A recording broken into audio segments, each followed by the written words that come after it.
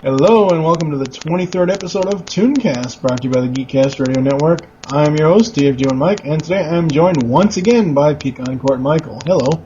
Hey, how's it going? It's going. And today we're going to be talking about the classic cat and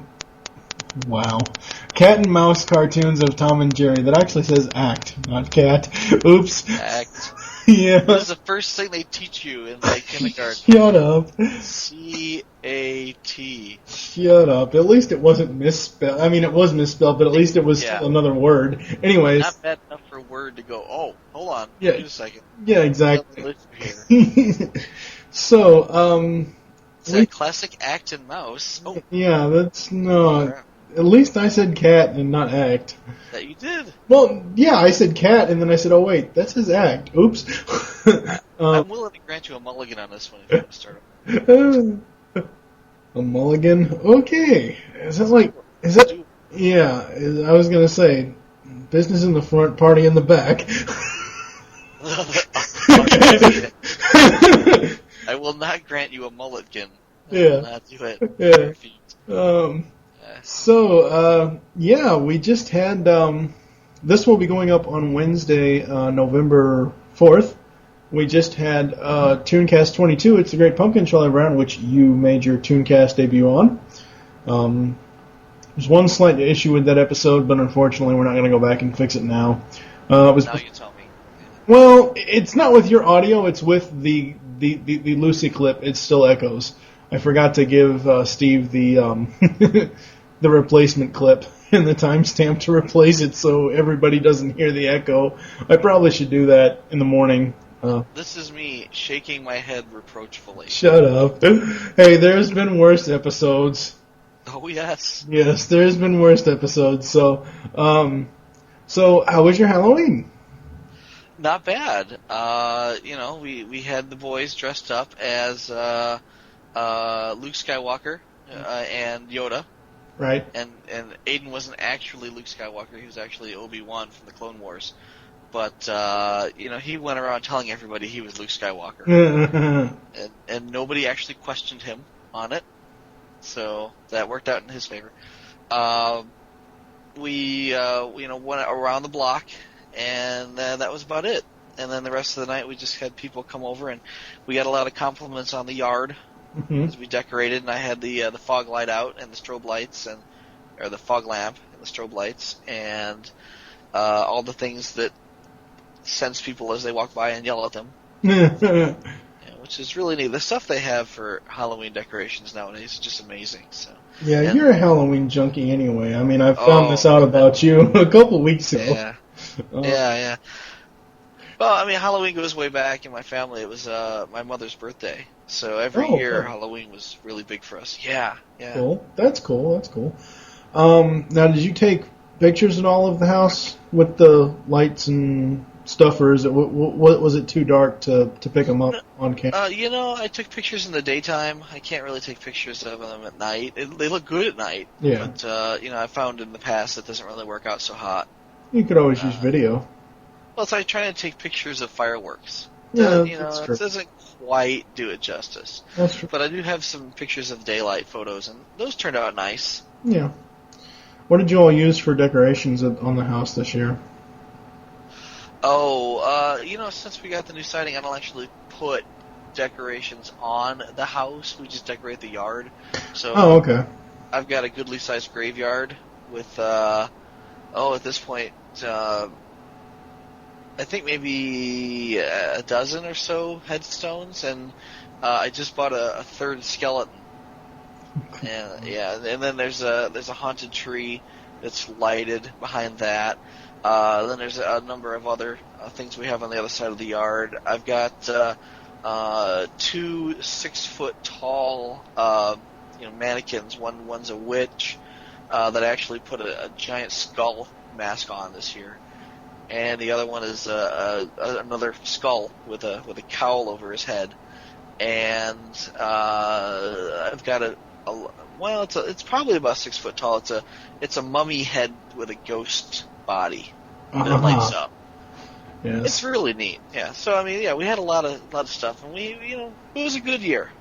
Yeah, a house down the street from my apartment complex, which my mom and I used to rent out. They actually put up all kinds of decorations in their front yard and on their front porch, and they actually had a coffin standing up against the main bay window of the living room on the outside of the house. This thing is the ugliest Halloween decoration house I've seen ever. Ugly? Yes, I mean just complete. No thought was put into this stuff. Oh, okay. It looks like they're keeping dead people there, and I don't mean fake zombie dead people or skeletons or witches with goblin heads. I mean like they dug a 6-foot grave and that's what the coffin's for. Yeah. Neat. Anyways. that doesn't sound too awful. The neighbors across the street from me had a coffin, and they had somebody actually laying in it. Oh and when people walked by, they went, "Wow!"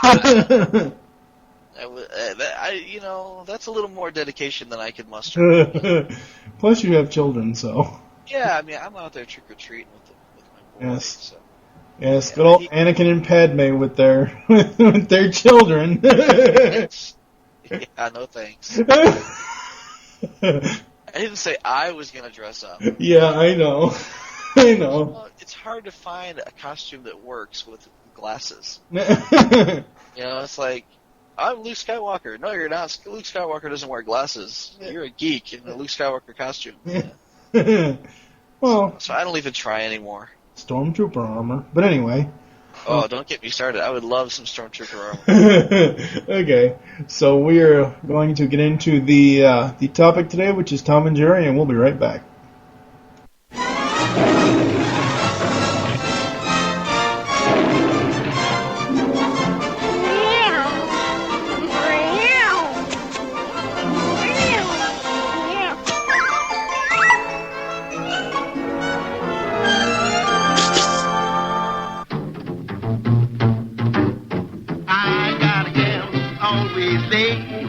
Anytime we have a date, but I love her, I'm gonna ask her, is you is or is you ain't my baby?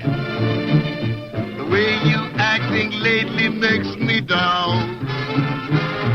You is still my baby, baby.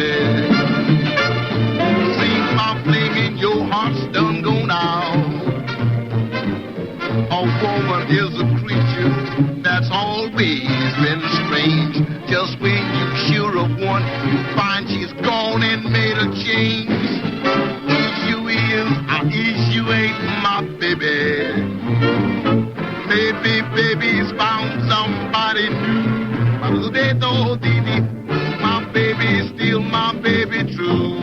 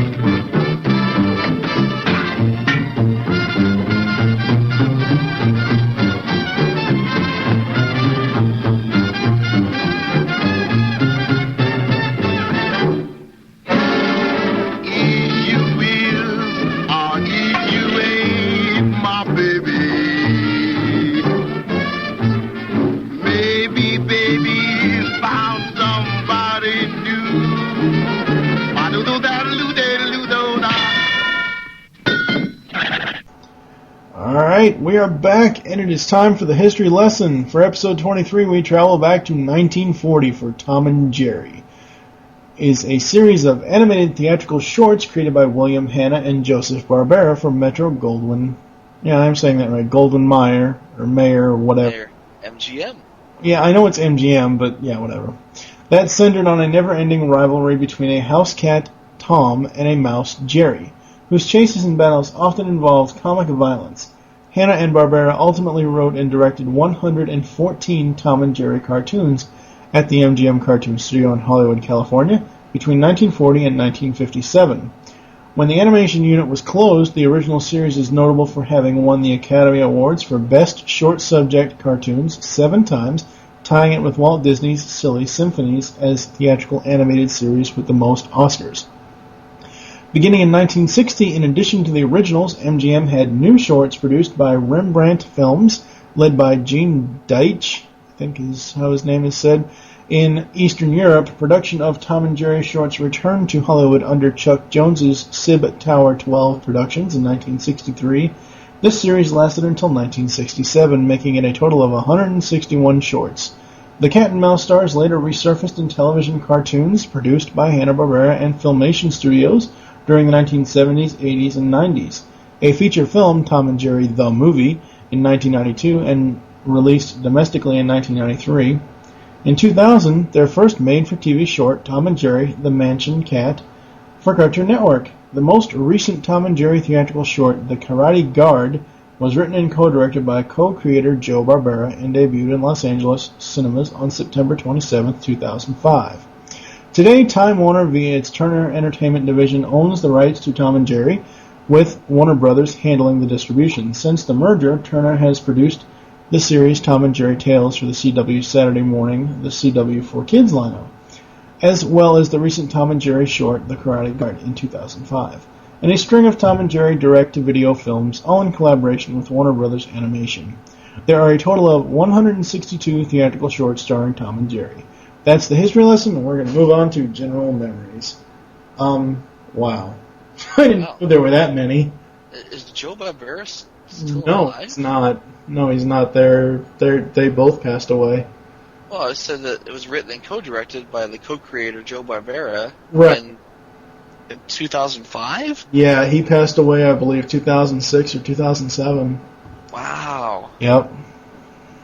Trying to buy his way into heaven with you, Tom and Jerry. That's a bold move, sir.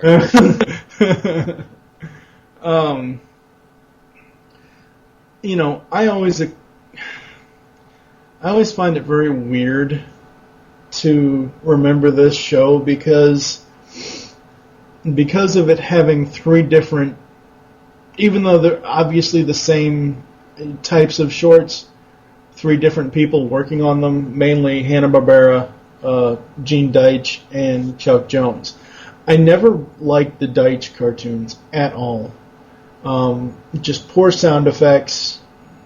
I don't know, it just, they never really struck a chord with me. I like the Hanna-Barbera and the Chuck Jones stuff.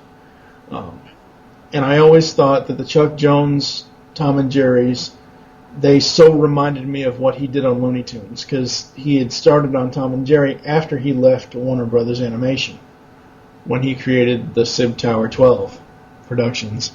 Some of these episodes are extremely funny. Just some of the stuff that they're put through. And, you know, it's not always Tom winning and it's not always Jerry winning. It's pretty evenly matched. Sometimes they team up.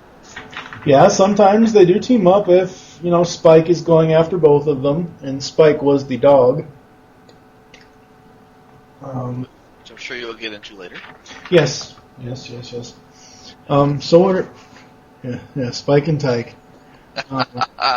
Droopy and... What was it? Droopy and Drippy. That's what it was. Oh, wow, I'm starting to remember the Tom and Jerry Kids intro. Holy crap. I should find that for this episode. Even though this is basically centering on all things Tom and Jerry, I should find the Tom and Jerry Kids intro somewhere. Tom and Jerry. See, now I'm glad I never saw any of that, because I'd just have to slice my own wrists wide open. Well, it's basically along the lines of like a pup named Scooby-Doo.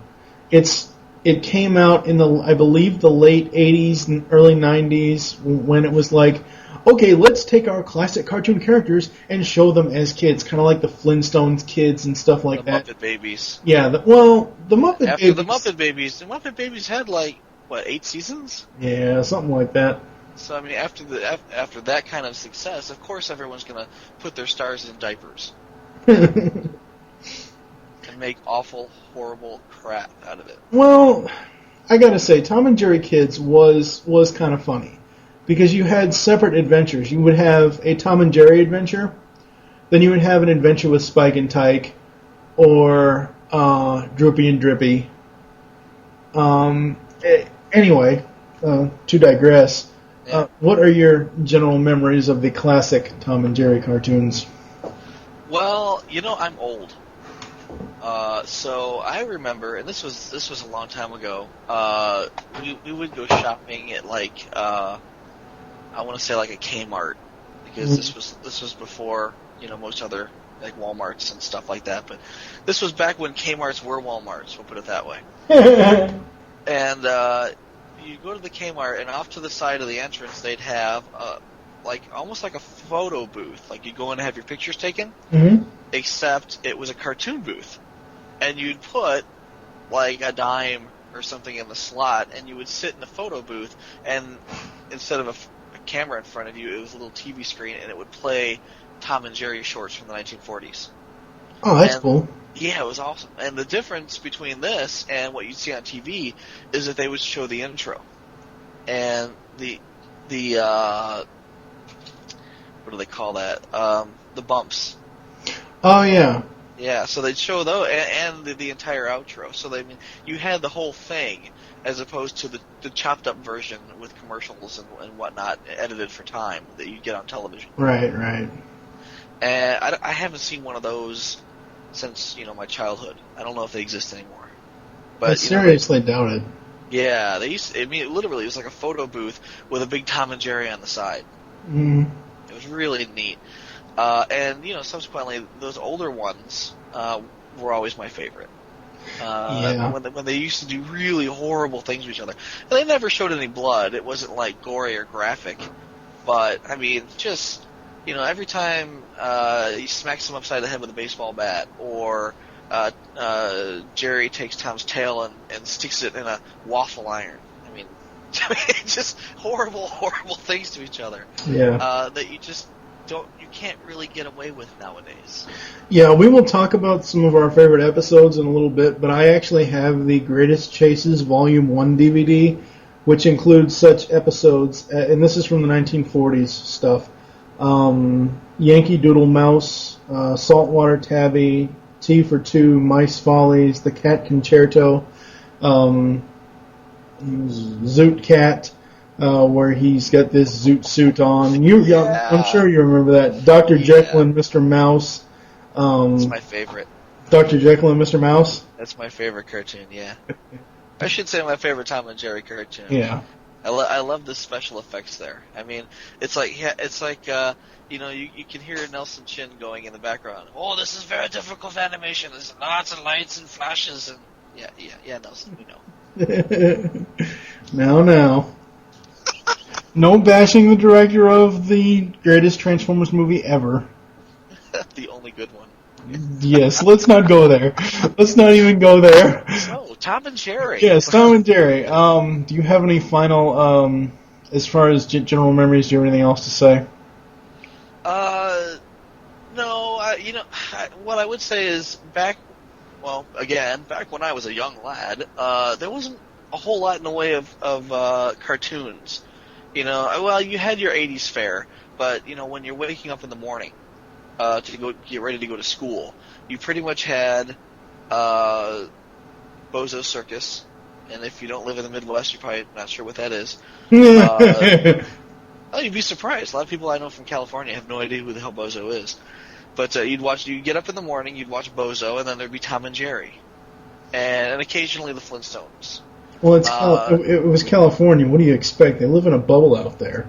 Anyway. Just different, exactly. Just different television stations. Yes. Bozo was strictly Channel 9, or WGN. But, as I was saying, you just didn't have a whole lot of variety there in cartoons. So, you grew up with Tom and Jerry. Basically because you didn't have the Cartoon Network and the Disney Channel. Yeah. Or the 3 Cartoon Networks and the 3 Disney channels that kids have nowadays. Back then it was like, well, you have Channel 32, which is going to play, I want to say The Simpsons, which is going to play the Flintstones, and then,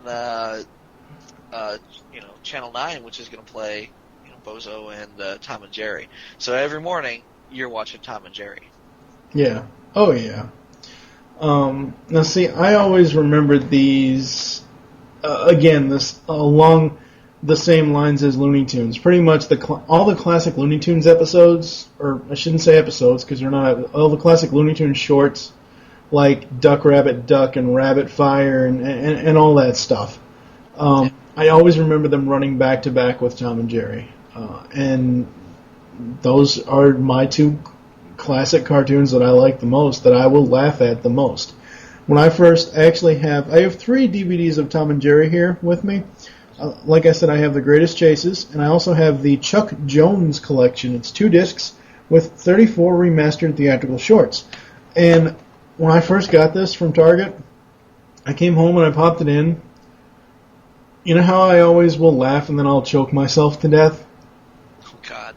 No, seriously. Yeah. Imagine that for 34 28-minute shorts or 22-minute shorts or whatever. You know, whatever the time is on these things, I could not stop laughing. Now, the shorts were 20 minutes? I thought they were. I remember them being shorter. I don't know. I have no idea. I'm not really sure. Maybe we can get into that later. I don't know, but they seem to me like they're half-hour cartoons. I'm not sure. I'm not even going to say what they are and what they're not. Now, is that more from nostalgia that you thought that was funny, or was it genuinely like, oh my God, this is the most hilarious thing I've ever seen? It was more of like, it's kind of a bit of both, actually. It's kind of like, oh yeah, I remember this episode, and you know, my favorite episode off the Tom and Jerry Chuck Jones collection is The Haunted Mouse, where I guess is one of his distant relatives. He's a magician, and he ends up hypnotizing Tom. And again, with the sound effects, especially with the Chuck Jones cartoons, you can hear not really copying the Looney Tunes sound effects, but it's that type of comedy. Right. Where when the magic mouse hypnotizes Tom, walks into his mouth, down to his stomach, you can hear him to distinguish walking between different body parts of Tom, there's water dripping as he's walking, and then he's got keys out, and then he's unlocking the stomach door or whatever, the jail door. Don't actually show it, you just hear him go. Yeah, you just hear him, and then the next thing you see is all the birds and mice that Tom has eaten fly out and run out of his mouth, and the one fish flops out and flops back into his fishbowl.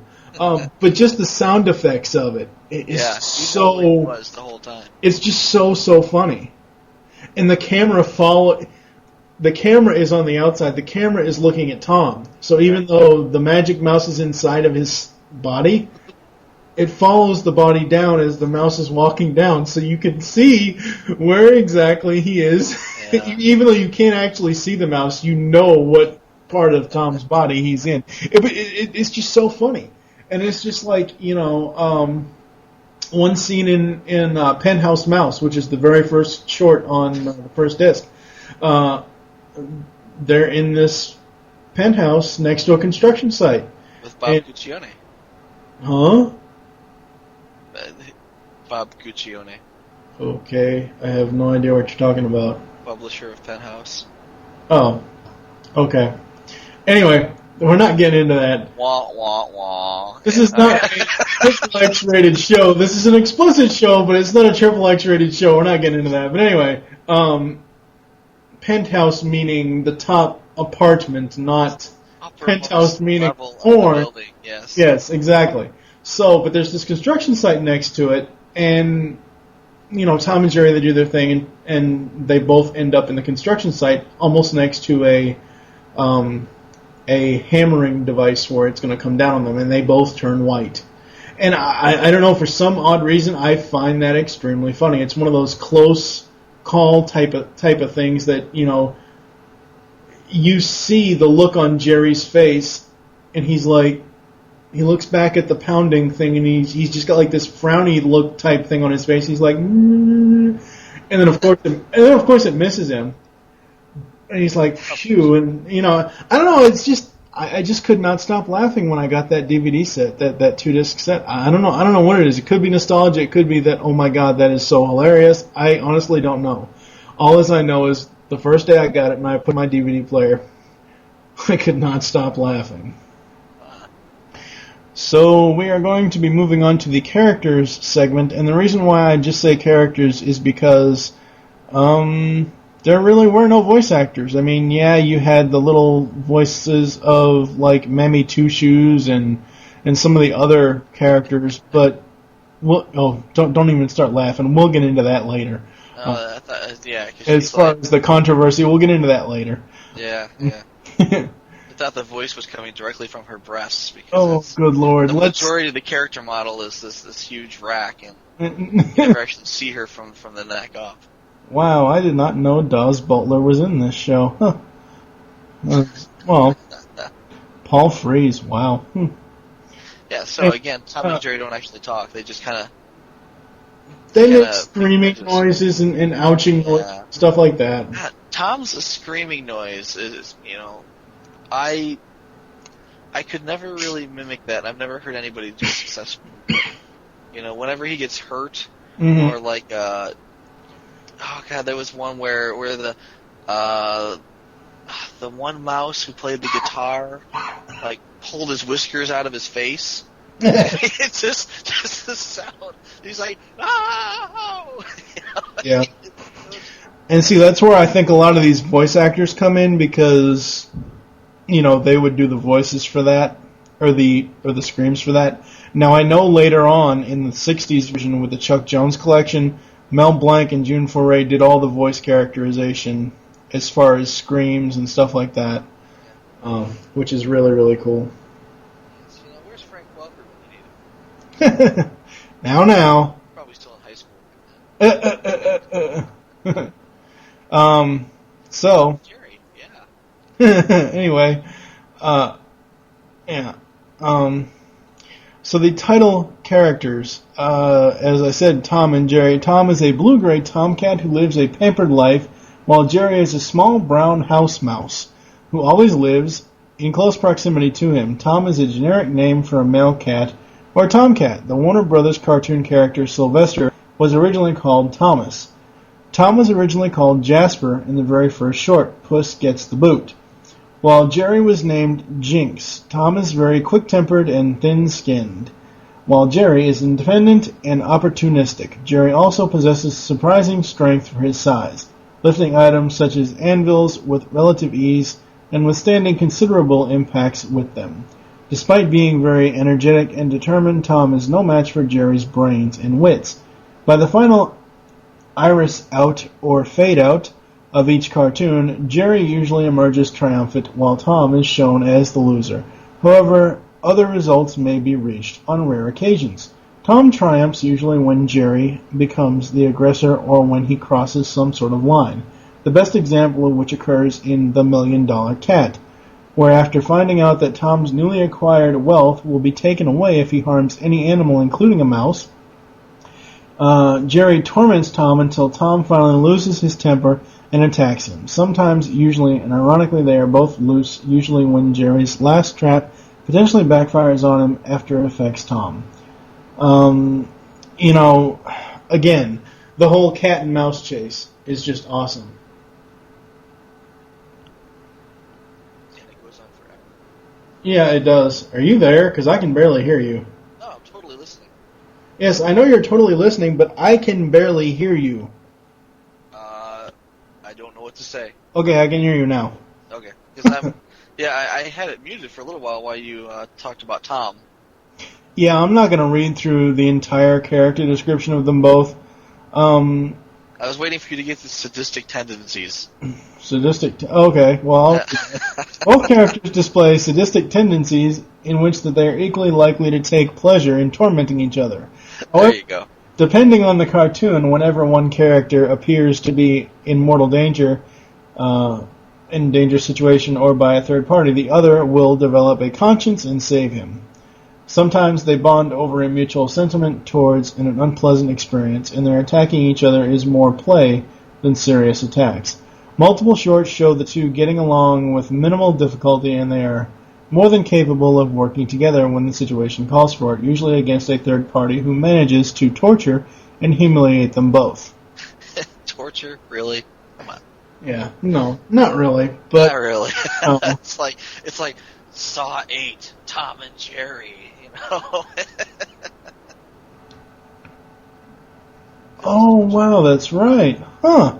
I didn't know that, and I just watched that episode 2 nights ago. Despite 5 shorts ending with a depiction of Tom's apparent death, his demise is never permanent. He even reads about his own death in a flashback in Jerry's diary. He appears to die in explosions in Mouse Trouble, after which he is seen in heaven. And in Yankee Doodle Mouse, while in The Two Musketeers, he is guillotined off-screen. I remember that. Yeah. Huh. Although many supporting and minor characters speak, Tom and Jerry rarely do themselves.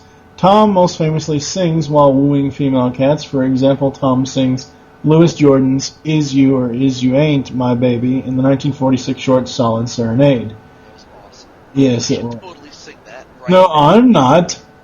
I could probably...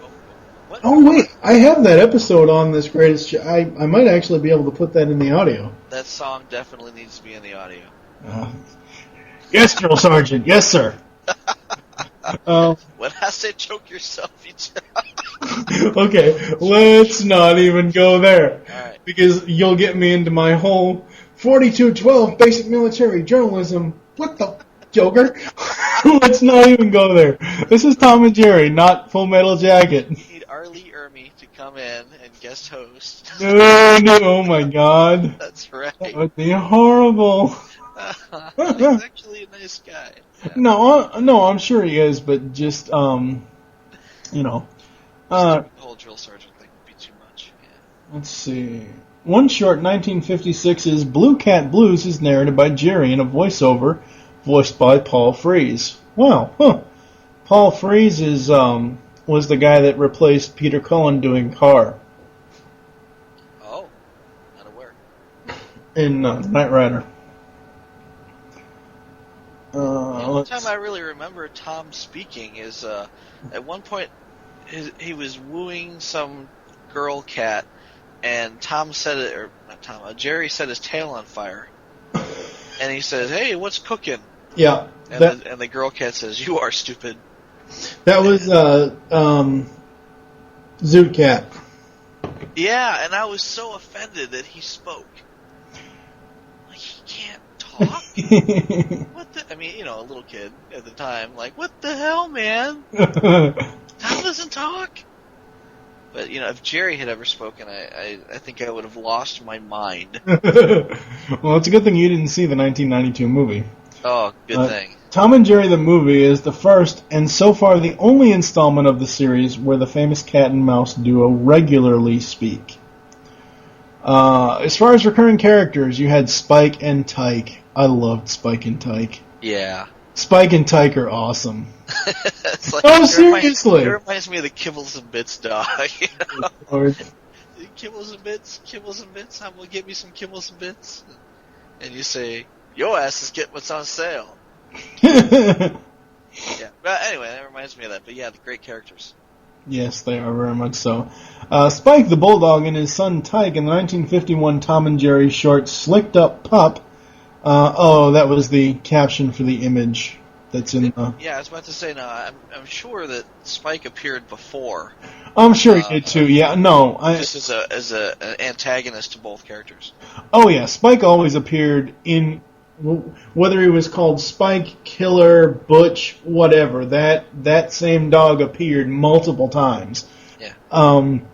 In his attempts to catch Jerry, Tom often has to deal with the intrusions of Butch, a scruffy black alley cat who wants to... Where's the stuff about Spike and Tyke? That's a good question. Maybe it's down... I don't know. Anyway. Oh, you know what? It says okay. And Spike. Oh, okay, here we go. Yeah. Sometimes Okay. called Killer. Black alley cat who wants to catch and eat Jerry. And Spike, sometimes billed as Killer or Butch, an angry, vicious guard bulldog who tries to attack Tom for bothering his son Tyke, sometimes called Junior, while trying to get Jerry... What are you saying now? I was going to say, sometimes he just attacks him just because he's nearby. Yeah. It seems like every time you see him, except later on when they introduced Tyke, but earlier when you would see him, he would have a doghouse and this length of chain He could only go as far as the chain. Yeah. You know, I remember a couple episodes with Spike where Tom and Jerry were doing their thing. Tom was chasing Jerry. And they would intrude on Spike building his doghouse. I remember this episode very, very vividly. And they would always get it destroyed. And he keeps finishing the house. And he keeps trying to build it, moves it. When he finally does, I remember the scene very vividly. I don't remember from which short it's from, but Jerry lures Tom into the doghouse, and Tom closes the door. He's lets us this evil cackle. I would have to find the short. I know it's on one of these DVDs. I would have to find it. Yeah. And then of course Spike goes in and lets out an even more evil cackle. Oh. Yeah. Spike spoke often using a voice and expressions performed by Billy Bletcher and later Dawes Butler. Well, after a comedian Jimmy Durante, Spike's coat has altered throughout the years between gray and creamy tan. The addition of Spike's son Tyke in the late 1940s led to both a slight softening of Spike's character and a short-lived spin-off theatrical series, Spike and Tyke. I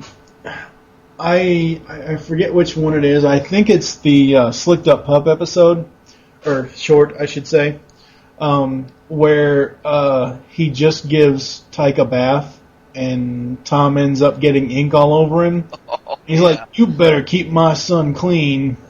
Yeah, that was just hilarious. I don't think by the time Tyke came along, I don't think he was still doing Jimmy Durante. Jimmy Durante being the guy with the long nose. Yeah, I'm not sure. Yeah. Other supporting characters, we have Butch and Toodles galore. As stated up above, Butch is a black alley cat who also wants to catch and eat Jerry. He is the most frequent adversary of Tom. However, for most of the episodes he appears in, he is usually seen rivaling Tom over Toodles. Butch also appeared as one of Tom's pals or chums in some cartoons, where Butch is leader of Tom's buddies, who are Meathead and Topsy. Well, I didn't know their names. I didn't know they had names. I didn't know they had names either. Tom changes his love interest many times. The first love interest is Shiki and speaks in a high, haughty tone in Zoot Cat and calls him Tommy. In The Mouse Comes to Dinner. The second and most frequent love interest of Tom's is Toodles Galore, who never actually has any dialogue in Tom and Jerry cartoons. Just kind of blinks and looks very cheesecake-ish. Yes, very much so. I'm trying to remember if Shiki is the short one. I'm not sure. I don't remember. I remember there being a short love interest cat that he kept trying to bring candy to or something. Yeah. There have been actually many. There was actually an episode where I believe Tom falls in love with Toodles, and he stops chasing Jerry, and Jerry gets jealous because Jerry wants him to chase him. Can't have it both ways. Yeah, I'm not even gonna say what I just thought in my head, but anyway, yeah, I'm not even gonna go there. Yeah, please don't. Not that there's anything wrong with that, but anyway, you were thinking something completely different than mine. Yeah, I'll tell you off air once we finish. No, I think I get it. Thanks. Yeah, but anyways, where the hell was I going with this? We were closing out. Yeah, I know. We're closing out Toodles and Butch. The hell gives people names like Toodles Galore? Well, I'm sure it was awful. I'm sure it was a takeoff of Pussy Galore. I think that 1946 predates. Oh yeah, oops. James Bond episode. Sorry. Yeah, I know you've got on the brain. I don't know. Shut up. Other supporting characters, we have Mammy Two Shoes, the owner of Tom, who made many appearances in the 1940s and early 1950s Tom and Jerry shorts, as seen in 1947's Old Rockin' Chair Tom. Over the years, Tom and Jerry cartoons featuring Mammy have been edited, modified, or withheld from broadcast in various ways. From the beginning, Tom also has to deal with Mammy Two Shoes, voiced by Lillian Randolph, a stereotyped African-American domestic housemaid. In the earliest shorts, Mammy is depicted as the maid taking care of the often opulent home in which Tom and Jerry reside. Later, Tom and Jerry shorts are set in what appears to be Mammy's own house. Her face is never seen, with the exception of 1950's Saturday Evening Puss, in which her face is very briefly seen as she runs towards the camera. She usually wallops the cat with a broom when he misbehaves. What were you going to say? I didn't realize that they ever showed her face. I mean, Yeah. like I said, she has this ample bosom that you normally only see when she's talking. Yes. When Mammy was not present, other humans would sometimes be seen, usually from the neck down as well. Mammy would appear in many cartoons until 1952's Push Button Kitty. Later cartoons would instead show Tom and Jerry living with a 1950s yuppie-style couple. Soon after, virtually all humans in the series had visible faces. Yeah, they totally ruined it. Yeah. I think that was part of the magic of the original shorts. Yeah. Where, yes, they do have owner. Well, Tom has an owner, but but you never actually see who the owner is. Right. And I think, the focus is supposed to be on these two main characters, not the owner. So. Right. And I think that's what they were going for there. This would be slightly akin to, you've got the grown-ups in the Peanuts cartoons. Wah, wah, wah, wah, wah. And, 15 years later, we're going to make some new Peanuts cartoons. And, here's an adult, and you can see their face, and they're talking, and they're like, hey, Charlie Brown. I mean, it's just not the same. No, not at all. It kind of loses something. Yes, it does. And I'm sorry. I don't care what this wiki thing says. I will always call the little mouse Nibbles. Nibbles is a mouse who is close to Jerry. He is sometimes poses as Jerry's nephew. In many episodes, Nibbles is seen eating a lot. He is always hungry. In his first appearance, he was left on Jerry's doorstep, being abandoned by his parents because he eats too much. Nibbles appears frequently with Jerry. When he does, Tom enjoys chasing him as he does with Jerry. Strangely, in Tom and Jerry The Magic Ring, Nibbles once again called, I need to say it now, Tuffy once again called Nibbles his random mouse in a pet shop that Jerry doesn't even know. I like Nibbles because he's a good addition to the comedy part of it. No! Cousin Oliver. Hello, Cousin Oliver, we're jumping the shark. Come on now.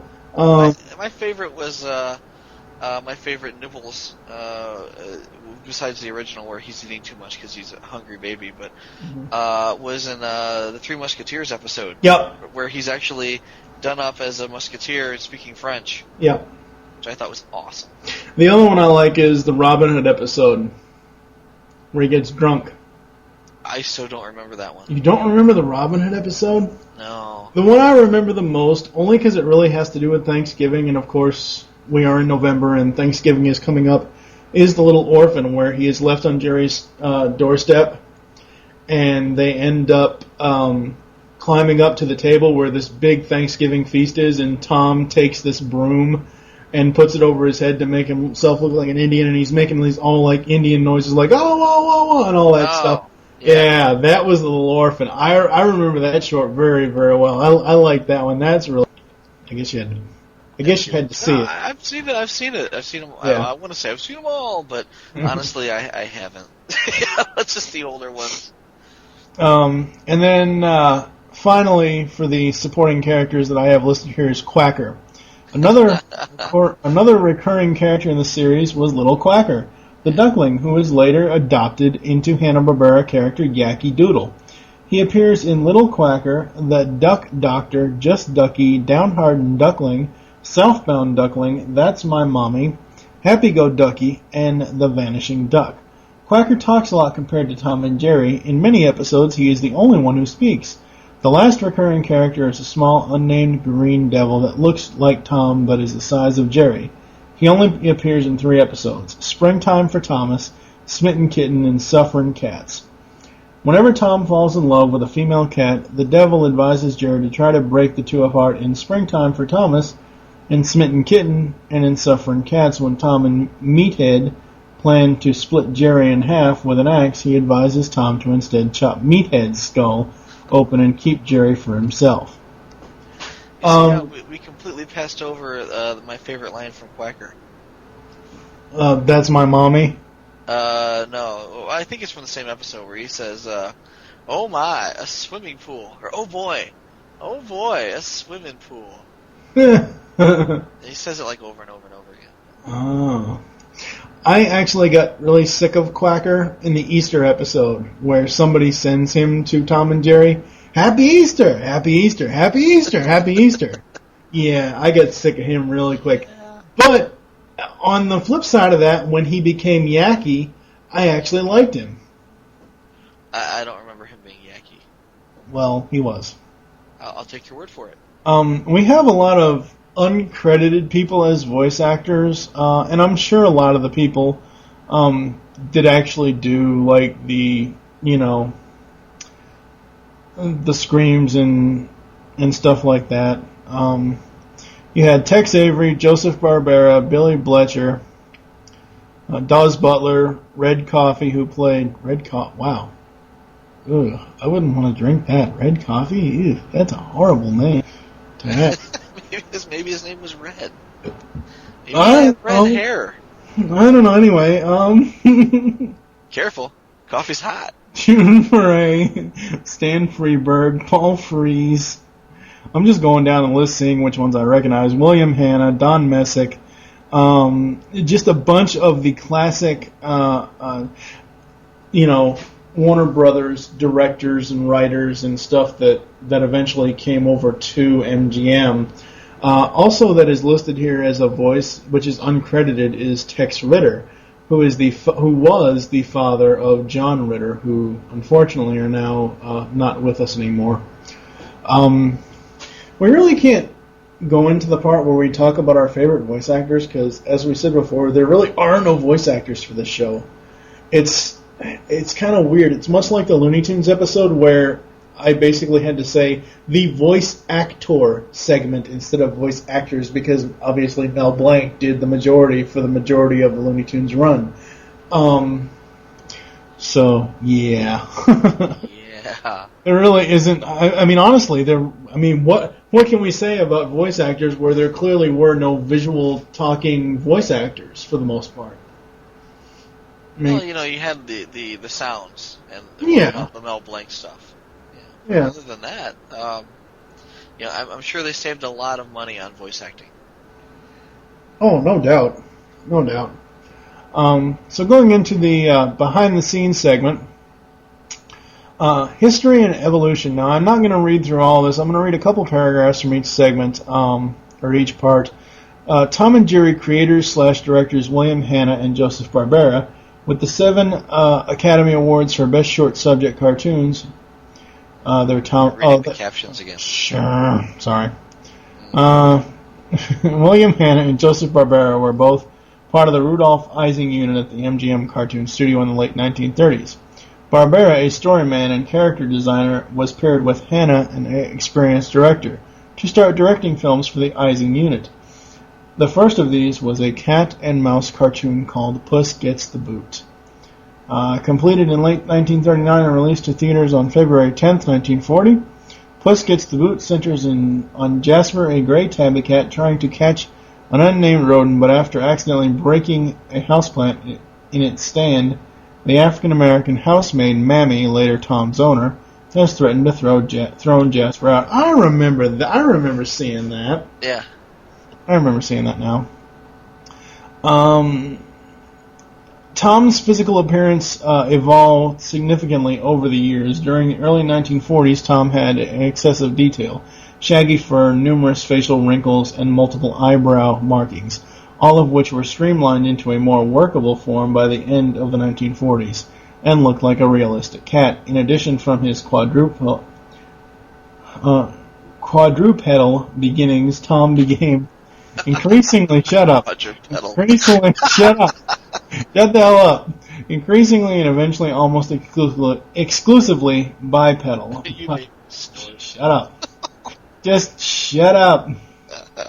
This is the first time I'm actually going to have to use this on ToonCast in a very, very, very long time. You smug son of a... Anyway. That's my favorite. Yeah. I used to hear that a lot. Yeah. Okay. Even though the theme of each short is virtually the same, Cat Chases Mouse, Hanna-Barbera found endless variations on that theme. Barbera's storyboards and rough layouts and designs, combined with Hanna's timing, resulted in MGM's most popular and successful cartoon series. 13 entries in the Tom and Jerry series, including Puss Gets the Boot, were nominated for an Academy Award for Best Short Subject Cartoons. 7 of them went on to win the Academy Award, breaking the Disney Studios' winning streak in that category. Tom and Jerry won more Academy Awards than any other character-based theatrical animation series. I'm wondering, that far back, in the 40s, how many other, besides Disney stuff, but how many other animated shorts were really available to be nominated? Well, you had all the Looney Tunes stuff. Oh, yeah, I guess so. So. That started in the 30s. Yeah, so you'd have your Warner Brothers stuff and your Tom and Jerry stuff and then your Disney stuff. We will get into the Warner Brothers MGM battle in a little bit, because I'm trying to think, when did Cat Concerto come out? There was like a 3-year gap. I believe Tex Avery had worked on the Bugs Bunny version of the Cat Concerto cartoon. And then when he left and gone to MGM, he put Tom and Jerry in that exact same situation where Bugs Bunny's on the stage playing this number and this ditty, and there's this little unnamed mouse that's just bothering the heck out of him. And then later on in the Cat Concerto, it's Tom doing the exact same thing with Jerry being being bothered and then getting back at Tom. Actually going to take part of the Cat Concerto. I may actually make that the outro. I'm not sure yet. I haven't decided yet. I'll work on it. I've got 2 days. Again, we are recording this Monday. It will air on Wednesday. Tom and Jerry remained popular throughout their original theatrical run, even when the budgets began to tighten somewhat in the 1950s and the pace of the shorts slowed slightly. However, after television became popular in the 1950s, box office revenues decreased for the theatrical films and short subjects. At first, MGM combated this by going to all CinemaScope production on the series. After MGM realized that their re-releases of the older shorts brought in just as much revenue as the new films, the studio executives decided, much to the surprise of the staff, to close the animation studio. The MGM cartoon studio was shut down in 1957, and the final of the 114 Hanna-Barbera Tom and Jerry shorts, Tot Watchers, was released on August 1st. What the hell? I can't talk today. You can see that being a problem. Yes. I can't talk with a lisp. August 1st, 1958, Hanna-Barbera established their own television animation studio, Hanna-Barbera Productions, in 1957, which went on to produce famous TV shows and movies. Which would go on to plague us throughout the 70s. Now. The Gene Deitch era. These... 2 years of it. Yeah, exactly. These cartoons, I think there's only one cartoon that I actually like from this era, and that's the one that you see the picture of there with Tom with the chef's hat. High stakes. Yeah. Tom was owned by some country gunfighter type of guy. He was, again, one of those characters. I don't know if you actually saw, you might have seen his face once or twice in the cartoon, I'm not really sure. But, yeah, I that's the only Deitch era cartoon that I will actually admit to liking. And as far as the all the credits in that era, I don't recognize anybody. Yeah, I'm really wondering how he ended up with the rights to Tom and Jerry. Oh, let's see. Gene Deitch directed a total of 13 Tom and Jerry shorts in his studio in Czechoslovakia. Wow. In 1960, MGM decided to produce new Tom and Jerry shorts, and head producer William L. Snyder arranged with Czech-based animation director Gene Deitch and his studio, Rembrandt Films, to make the films overseas in Prague, Czechoslovakia. Just cheaper, I guess. Probably. It's a good thing they didn't talk, because they'd all be speaking Slavic. Oh, good lord. I know. Yeah. Deitch states that being a member of the UPA has always had a personal dislike of Tom and Jerry, citing them as the primary bad example of senseless violence, humor based on pain, attack, and revenge, to say nothing of the tasteless use of headless black woman stereotype house servant. Members of Deitch's newly formed team included William L. Snyder, the producer, Stefan Konchek? Konasek? Yeah, Stefan Konasek? Yeah, I don't know. Very Slavic. Yeah, so you can't... Yeah, you can. I'm not even going to finish. No, seriously. I mean, the Deitch... Yeah, shorts. The Deitch era is basically an insult to Hanna-Barbera's Tom and Jerry. And I didn't even like the property. I know, exactly. That's the same thing with, what's his name? That asshole that created Ren and Stimpy. Whoa, crap. John Kazgransky, or whatever the fuck his name is. The one that pretty much dissed Tiny Toon Adventures, saying it's a poor, cheap knockoff of Looney Tunes. Dumb fucking bastard. That's why fucking Ren and Stimpy will never be covered on this fucking show, because of that. Oh, no, Ren and Stimpy is a great comedy. Ren and Stimpy is Beavis and Butthead on steroids. Anyway, that's not to say Beavis and Butthead didn't do steroids, but anyway. moving right along to the Chuck Jones era. Yeah, the Chuck Jones era, 1963 to 1967. This, obviously, because I have the Chuck Jones collection. A lot of these people I recognize from being with Chuck at Warner Brothers, namely Ben Washam was an animator. Let's see, Michael Maltese was his writer at Warner Brothers for Looney Tunes. Vogel. Yes. So after the last of the... There we go, 6 to 8 minutes per short. Oh, yeah. Okay, well, I don't know what the heck I was thinking, 22 minutes. I honestly don't know. Well, that's roughly about how long a half-hour show would run, but they would, well, including commercials, but they would show, 3 or 4 shorts. Yeah, see that... 4 or 5 shorts. Yeah, see, that's the thing. When I would catch it, like, on Boomerang and stuff, it would be for, like, a half hour, 22 minutes, and it would be, like, 6 or 7 shorts. Yeah. And then now that I have the DVDs, because I'm a play-all type of guy. I'm not one that watches individual episodes. I want to watch them all, for the most part. After the last of the Deitch cartoons were released, Jones, who had been fired from his 30-plus year tenure at Warner Brothers Cartoons, started his own animation studio, Sib Tower 12 Productions, with partner Les Goldman. Beginning in 1963, Jones and Goldman went on to produce 34 more Tom and Jerry shorts, all of which carried Jones's distinctive style and slight psychedelic influence. However, despite being animated by essentially the same artists who worked with Jones at Warner's, these new shorts had varying degrees of critical success. Jones had trouble adapting his style to Tom and Jerry's brand of humor, and a number of the cartoons favored poses, personality, and style over storyline. The characters underwent a slight change of appearance. Tom was given a thicker Boris Karloff-like eyebrows resembling Jones's Grinch or Count Bloodcount, and a less complex look, including the color of his fur becoming gray. Sharper ears, a furrier cheeks, while Jerry was given larger eyes and ears, a lighter brown color, and a sweeter Porky Pig-like expression. I gotta say, there are some cartoons within these 34 cartoons on this 2-disc set where Jerry does this, like, evil grin.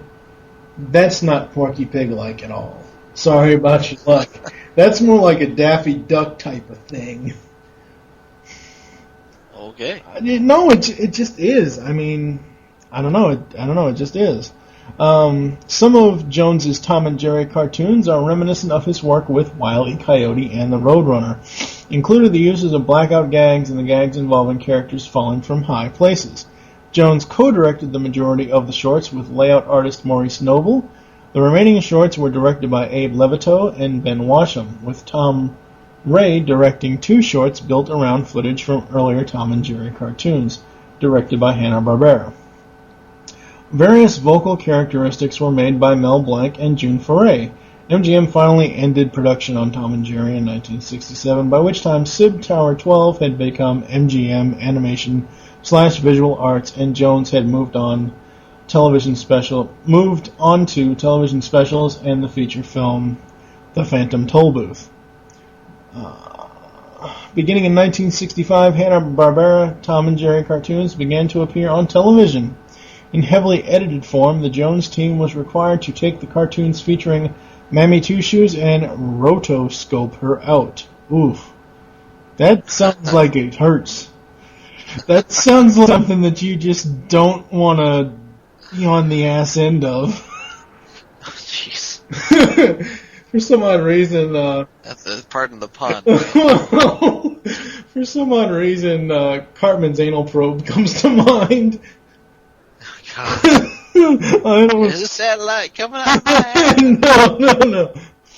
Most of the time, she was replaced with a similarly fat white Irish woman, occasionally, as in Saturday Evening Puss. A thin white teenager took her place instead, with both characters voiced by June Foray. However, in more recent local telecasts of the cartoons, in the versions shown on Boomerang, a Mammy could once again be seen more recently, with new, less stereotypical black voice supplied, which is done by Thea Vidali, or Vidal, or whatever, I don't know. It's like that chick over the E and the N over the N. That's a Jeff Dunham reference. Anyway, debuting on CBS Saturday morning schedule September 25th, 1965, Tom and Jerry moved to CBS Sundays 2 years later and remained there until September 17th, 1972. There's a lot of history here, so I'm just actually, as much as I want to, go into, I'll go into the new owners. I'll go into the new owners, but I'm going to basically cut out the outside the United States, because, I'm sorry, countries outside the United States I've found in the last few episodes of ToonCast butcher my favorite cartoons, so I am not going to be mentioning that.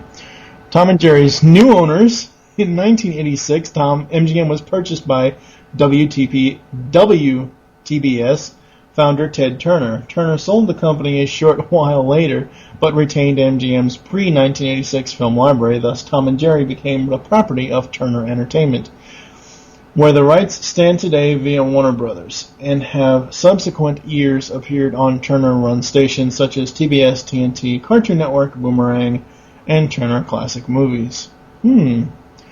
As far as the controversy, like a number of other animated cartoons in the 1940s, 50s, and 60s, Tom and Jerry was not considered politically correct in later years. There are at least 24 cartoons that featured either racism or with characters shown in blackface following an explosion. Okay, now, I have to dispute this. I'm not saying that it's not politically correct. I'm saying when I see an explosion and then a blackface, whether it's in a cartoon or a live-action film or whatever, I see that as you got gunpowder all over your face, not that they're trying to... No, seriously, I mean, come on. Your head got blown up, but somehow your ears are now in cornrows with little bows. Okay, well... I'm not sure how that happens when your head explodes. Okay, but, well, alright, but, come on.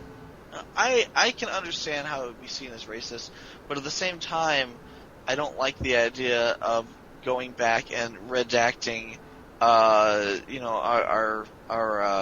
heritage. Well, it's not heritage. Cartoon heritage. It's not even great works, but what it comes down to is we're going back and redacting our history, to the point where, school children aren't even allowed to read Huckleberry Finn anymore. Yeah. I would say, hey, if you find that offensive, don't watch it, or don't read it. Exactly. But don't expect the rest of us to delete it out of history, out of the historical record, because it bothers you now. Another 50 years from now, 50 years ago, that was accepted. 50 years from now, people are going to look back and say, whatever happened to all that stuff? Well, exactly. They made them delete it all in the late 1990s and 2000. And see, all right, in an age of the internet, in an age of, Pam and Tommy Lee or Pam and Kid Rock sex tapes, I mean, come on. There is more stuff to be censored or cut out than a blackface gag from a Tom and Jerry short or a Looney Tunes short. Give me a fucking break. Well, I can kind of understand Mammy Two Shoes. Okay, all right. I will. Voice, okay, that's fine. I'm not arguing that at all. I'm just here saying. I am defending it, saying, "Whoa, we can't go back and retroactively censor cartoons." But here I am saying, "Oh well, Mammy Two Shoes, Jesus. I mean, she's like, all right, but okay, she's really bad." Okay, take the Mammy Two Shoes thing with the fact that she was originally a black maid, supposedly serving this opulent people that live, or these rich people that live in this opulent house. How is that any different from? And I mean no disrespect to the film that I'm about to bring up because I love the film. How is that any different from fucking Forrest Gump when Bubba's mama gets Bubba's share of the money and she actually hired a maid herself and she didn't have to be a maid anymore? How is that different now? Now, granted, of course, we're in 2009. Forrest Gump came out in 1994. 1994 was one of the years of censorship as far as anything and everything. But, I mean, how is that any different? I understand for the time that Tom and Jerry were originally out, that's fine. But as of today, okay, how is it any different between Tom and Jerry's Mammy and the Forrest Gump scene? I mean, give me a break. I think it comes down to the verbal. Well, because Mammy spoke like, oh geez, I mean, I can't even. Yeah, I know how she spoke. I've seen. Yeah, I mean, it's so over the top. Yeah. That you couldn't get away with that. I mean, honestly, you couldn't get away with that now. Yeah. And I can understand later on how they would replace her voice with a less stereotypical voice where they say, we're still going to use a black female voice, but not 1940s housekeeper voice. Barely English. Well, okay. In 2006, United Kingdom channel Boomerang made plans to edit Tom and Jerry cartoons being aired in the UK, where the characters were seen to be smoking in a manner that was condoned, acceptable, or glamorized. This followed a complaint from a viewer that the cartoons were not appropriate for younger viewers. As a subsequent investigation by UK media watching Ofcom, whatever that is, it has also taken the US approach by editing out blackface gags, though this seems to be random and not all scenes of this type are cut. While mid-1990s efforts to update the historic cartoons may be seen as a way to make the cartoons more suitable for the times, editing the original cartoons has become just as controversial, in the regard that it diminishes the original artistic piece in which made the cartoons popular. While the dialogue of Mammy Two Shoes is viewed as racist and stereotypical by today's standards, it was also voiced by Lillian Randolph, one of the few African-American performers at the time who was employed in the entertainment industry. The new voiceovers for Mammy capture much of the dialogue tone of Randolph, but it also erases Randolph's artistic contribution to the series. Redoing the voiceovers also has caught attention because it draws negative notice to the controversy and creates more issues. Now that I can agree with. Yeah, that makes sense, but I think that if they change things, again, retroactive censoring, or if they overdub it, the original should be made freely available, like on the internet, where you can still find it. Well, see, that's the thing. It specifically says on the Tom and Jerry Chuck Jones collection, on the back of it, it says, like, on the very back, underneath the special features, it says, Tom and Jerry, the Chuck Jones collection is intended for the adult collector and may not be suitable for children. Okay, now come on.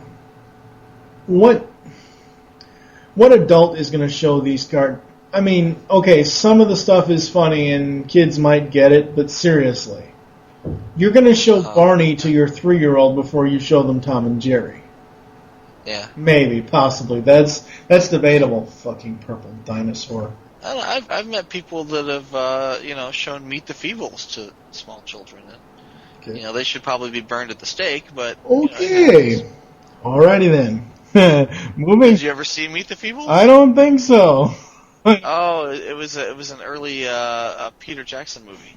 Okay, well, yeah, I'm not a follower of the rings, thank you very much. This was long before Rings. This was back when you could barely make enough One money. gun will kill all the ring bearers. There you go. Stop it. Yes, exactly. You're gonna get hate mail now. What More so than mail? Hell. I haven't even... Happy to get mail. Yeah, exactly. What mail? You realize we're on page 17 of 28. Yeah, I know. We're actually going to go into the actual show now. The plots of each short usually centered on Tom's numerous attempts to capture Jerry and the mayhem and destruction that ensues. Since Tom rarely attempts to eat Jerry, because the pair actually seem to get along in some cartoon shorts, it is unclear why Tom chases Jerry so much. Some reasons given may include normal feline/murine amidity. What the hell? I mean... What? Who was this written by? Wiki. A wiki. Alright. Yeah. We're just... Duty according to his owner, Jerry's attempt at running a task that Tom is entrusted with. Jerry eating Tom's master's food, which Tom has been entrusted with safeguarding, revenge. Jerry saving other potential prey, such as ducks, canaries, or goldfish, from being eaten. Basically, it's the classic cat and mouse chase mixed in with eggs, dynamite, guns, rakes, shovels, hoses, all that stuff. This is really, I don't know. It's like before I'm just beating you up with a baseball bat. Now I'm giving you an enema. So take this hose. Okay, well, there was an episode on the second disc of the Chuck Jones collection. I believe it's the last episode. I don't actually know what the title is off the top of my head because it doesn't actually say on the actual outer box. But there was a short that it had Tom hooked up a hose underneath the fishbowl, and he was going to go down to the basement and inhale the water from the fishbowl to get the fish sucked through the hose. Well, Jerry orders a giant shark from the pet shop, and it shows the shark going through the hose. I don't know. Yeah. What are some of your... I know you said... what was that one episode you said you liked? Dr. Jekyll and Mr. Mouse. What are some of your other favorite shorts from Tom and Jerry?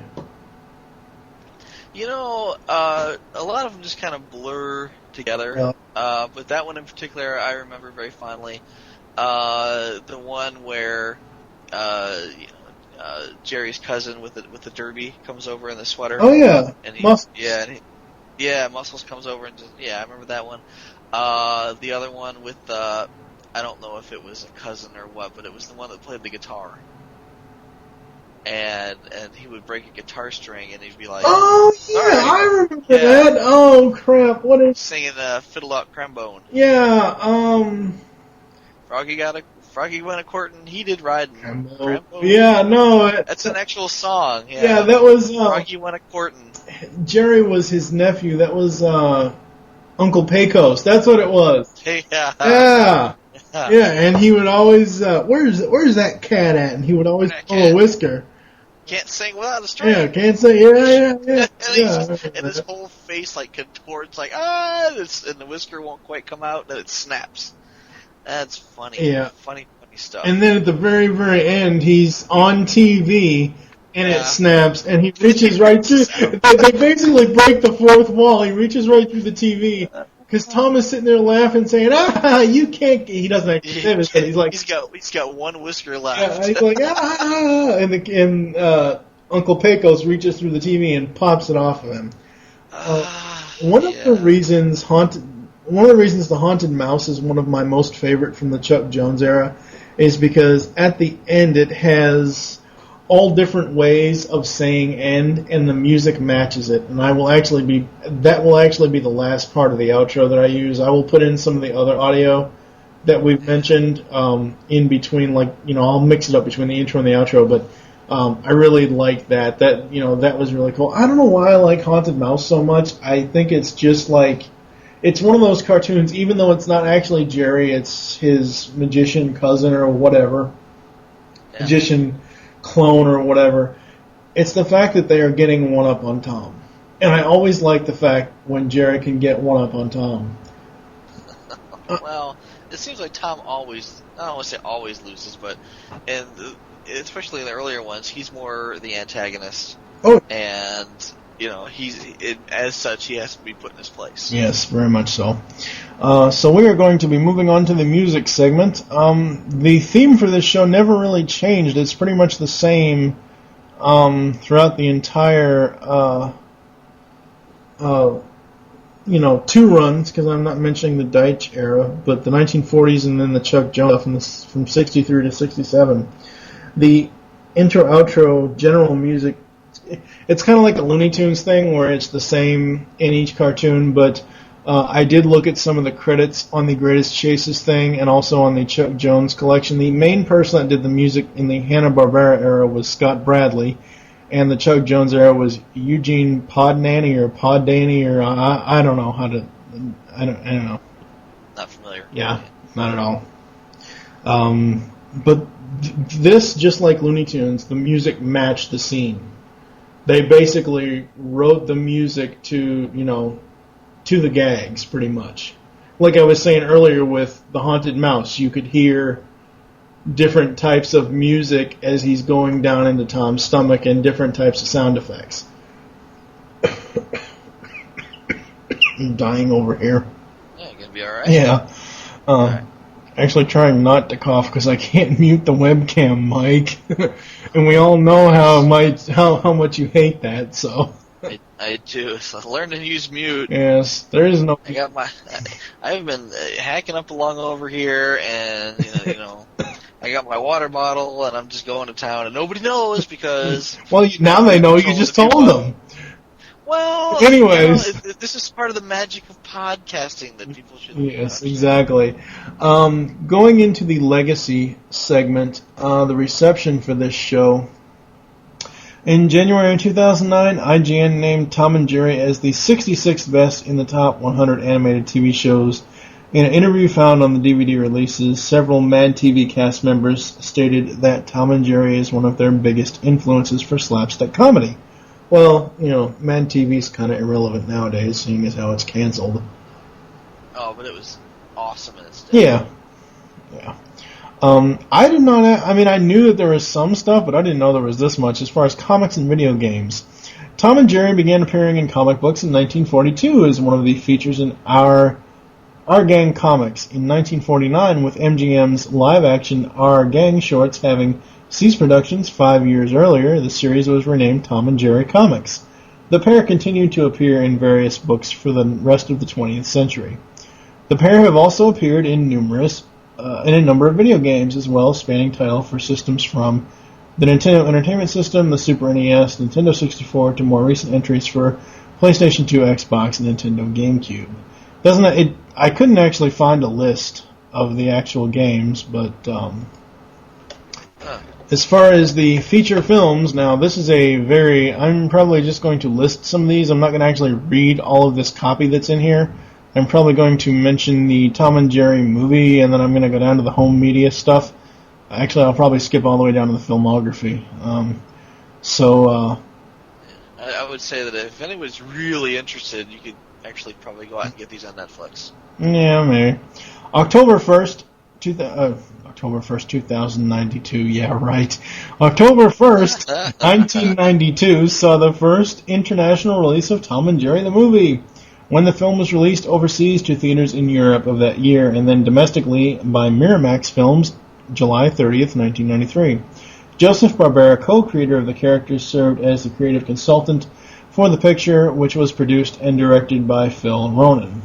A musical film with a structure similar to Metro-Goldwyn-Mayer's blockbusters The Wizard of Oz and Singin' in the Rain, the movie was criticized by reviewers and audiences alike for being predictable and for giving the pair dialogue and songs through the entire movie. As a result, it failed at the box office. Oh God, they sang? I haven't seen that movie in so long, and I probably won't. Epic fail. Yeah. Let me see here. In 1988, the duo were lined up to appear in the Oscar-winning Touchstone Amblin Entertainment film Who Framed Roger Rabbit, a homage to the classic American animation, but their inclusion in the film was scrapped due to legal complications. Boo! It seemed like everybody else showed up. Maybe they'll show up in the Roger Rabbit sequel. They rumored. Yeah. Well, I think it's stewing. It's more than a rumor. It's actually stewing now. Actually, I could probably do without Bob Hoskins. So. Well, now, I mean, he was okay in the original. He wasn't. Well, they kind of put him in there because nobody else would do it, and then. All right, we're not going to get into that, but yeah, we're not getting into that. But anyway, how can you do without Mario? But anyway, anyways. Speaking of Mario, we have to a moment of silence, please, for the departure of Captain Lou Albano. Yeah, no, Captain. Do Mario. No, we're not doing. No. We're not doing the Mario. Moving right along.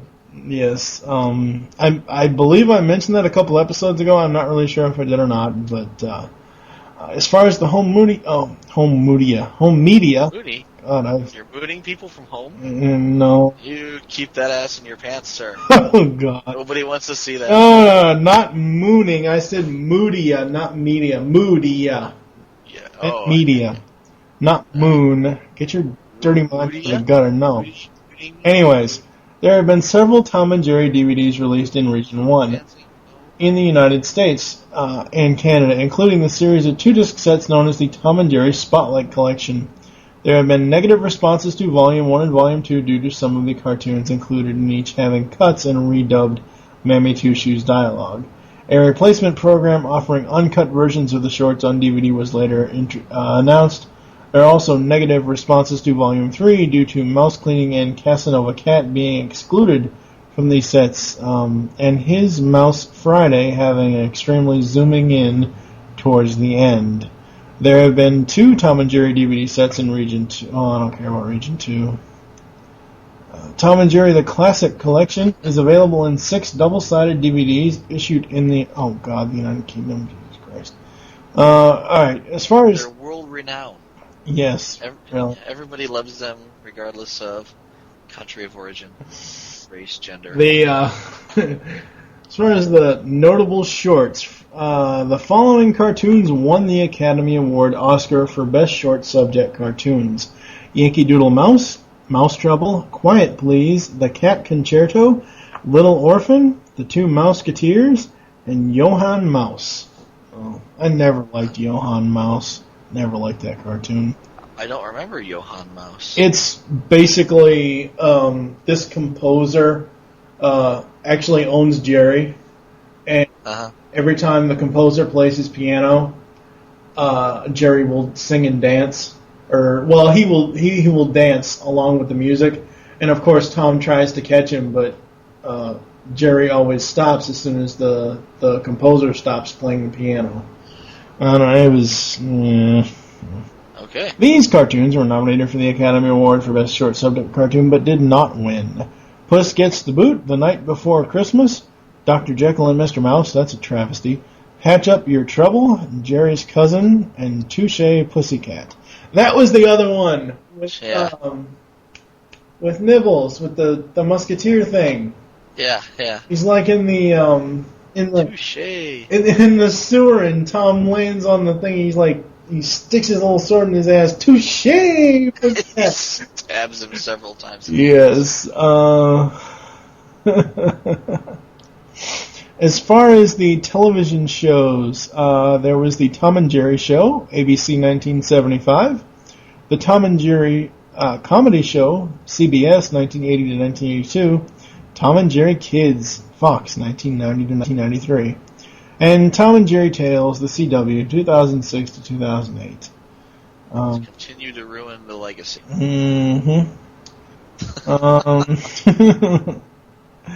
Television specials, we had a Yabba Dabba Doo celebration, 50 years of Hanna-Barbera, that was on TNT in 1989. Tom and Jerry the Mansion Cat, Cartoon Network 2000. Theatrical films, we mentioned Tom and Jerry the movie. And then, there's also Tom and Jerry, Warner Brothers Family Entertainment, TBA, which hasn't come out yet. I saw something about it. It was slated to be out 2012, I think. You know they're gonna come out with some like live action CGI crap, closely akin to Heathcliff or Garfield. I wouldn't mind if it was CGI, if it was like the TMNT movie. That would be kind of cool. To see them kind of like 3D. It would be kind of cool. I know it's kind of going against type, but the direct-to-video films. Now I have one of these. There are 4 of them. Tom and Jerry and the Magic Ring. I've seen this on HBO multiple times. I need to find this on DVD. I like that one. That was pretty cool.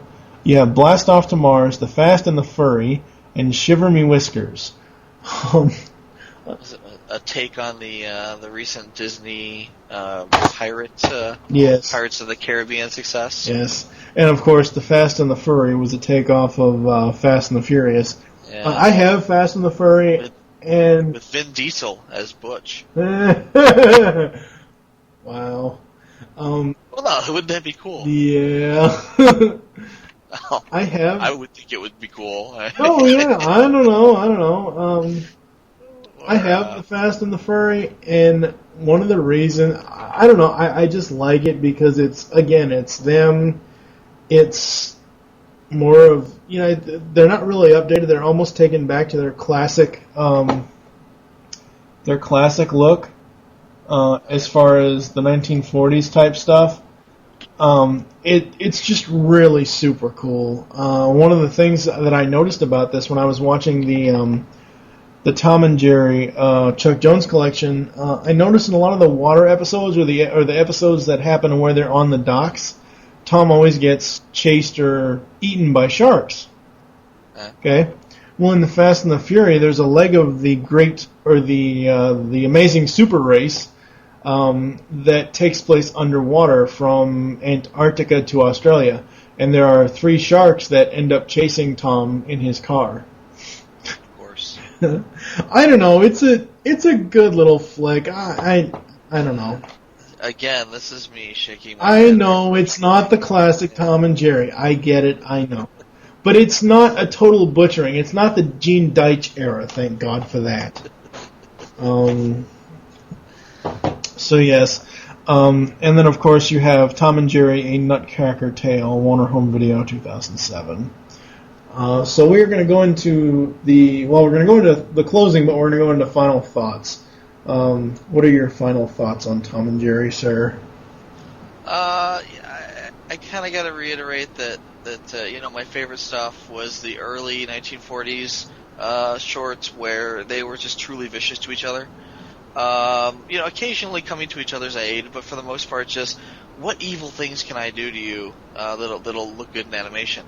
And we really haven't seen any of that in the last 30 years, with the exception of Itchy and Scratchy on The Simpsons. Yeah.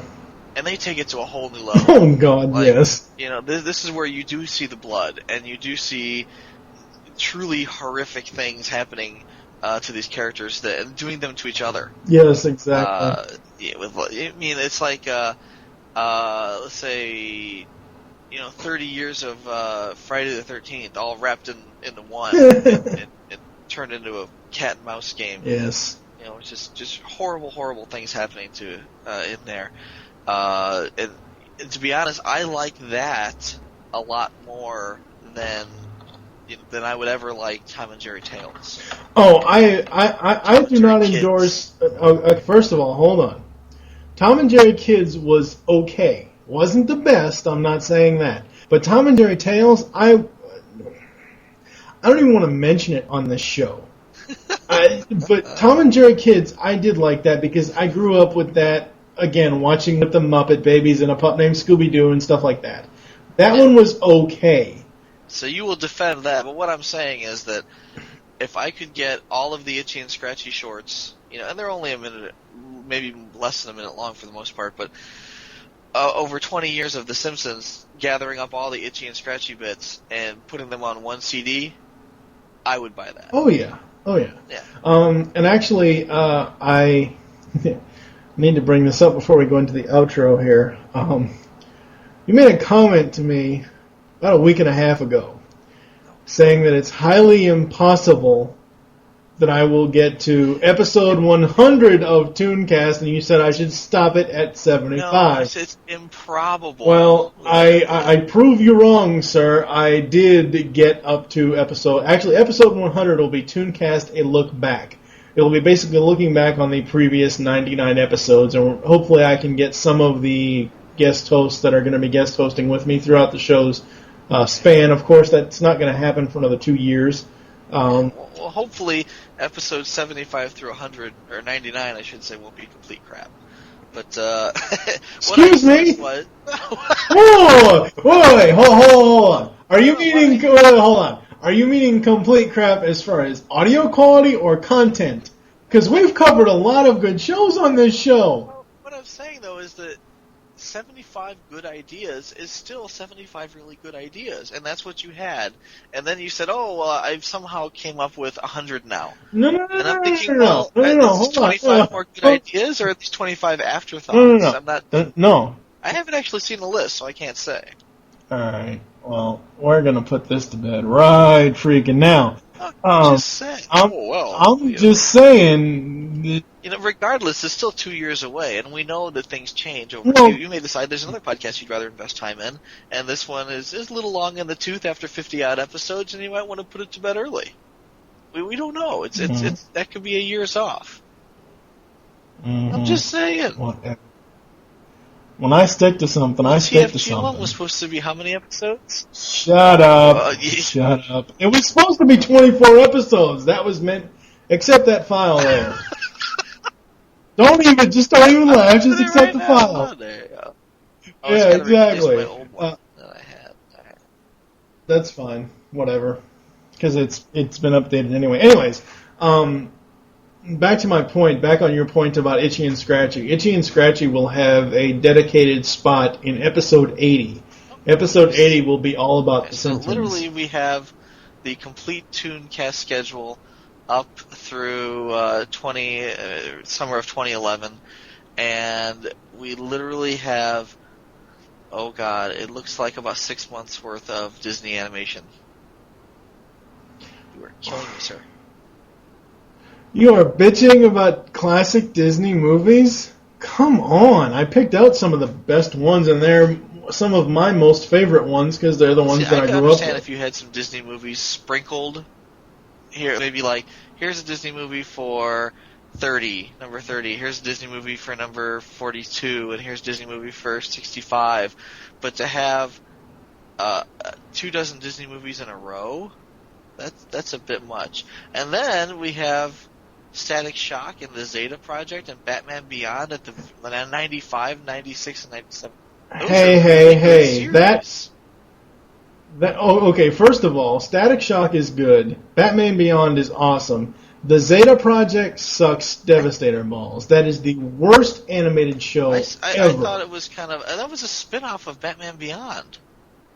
It is, but Zeta and okay, we're getting on a whole other tangent. I will talk to you about this off the air. I'm looking at the list, and what it comes down to, I proved you wrong. I'm looking at the list, and first of all, you've got 24 Disney animation movies that kind of look like an afterthought to me because it's 24.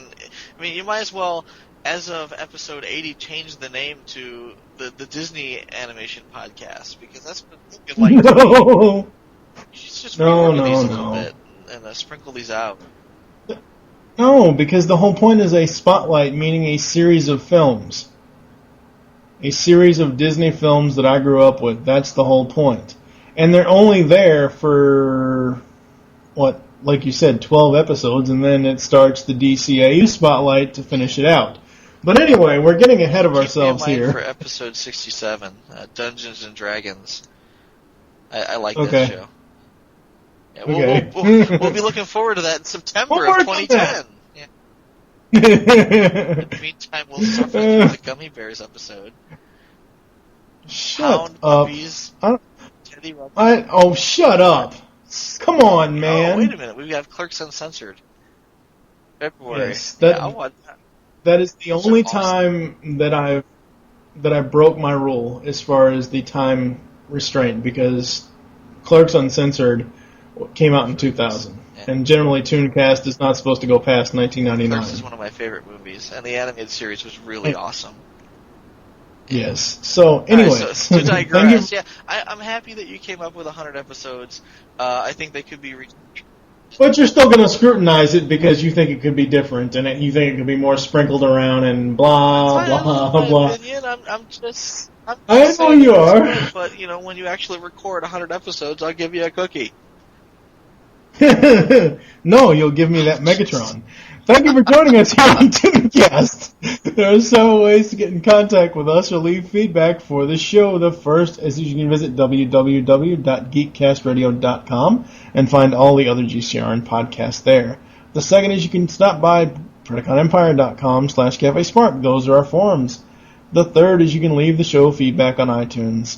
Thank you for doing that so far. Please keep doing it. The fourth is you can visit www.earth-2.net forums and find our threads for the shows in the self-promotion section. You can also check out their website. They have a really cool geek culture website. The fifth is the email address, which is gcrntooncast@gmail.com. We now have a voicemail line. Call us and leave us your thoughts on each episode. Be sure to say which show you're leaving the message for and your name. The number is 502-526-5821. You can follow us on Twitter. The show name there is GCRN ToonCast. Mine is TFG1Mike. And what is your Twitter, sir? Pecan Court Michael. That's PECANCTMICHAEL. Mickey Well, Mouse. USA. I hope you enjoyed this episode of ToonCast, and that you'll join Steve Snowball Sailor from This Week in Geek and myself next week when we will be reminiscing on Who Framed Roger Rabbit. This will be a ToonCast M-Wire crossover, meaning that the episode will be featured on both feeds, seeing as how it is live action and animation. For now, I am TFG1Mike Michael with Wilson. saying the immortal words of Optimus Prime, transform and roll out, and thank you for listening. Until next time.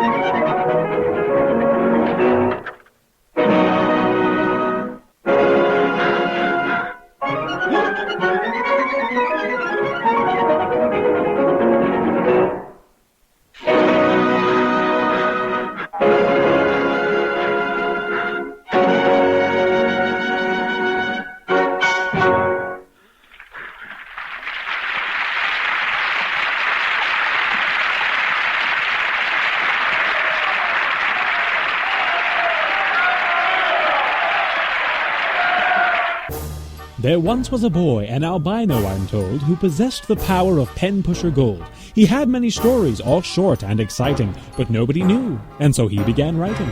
He sat there all summer and skillfully sought to perfectly ponder and polish each plot. The settings were set, all the characters cast, his fingers were flying and flailing so fast, and soon the young man with the snowy complexion quickly concocted the caffeine collection. He smiled, satisfied with his clever creation. Oh, the things that did pour from his imagination. Stories of pirates and future police, of devils and bullies, and a twist press release. Fantasy, mystery, both are included. Comedy, action, no genre excluded.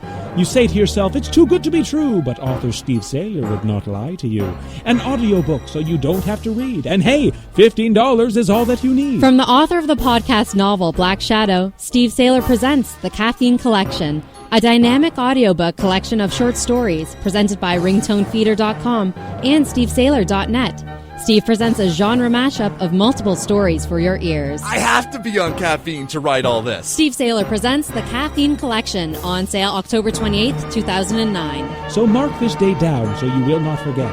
For more information, stevesaylor.net.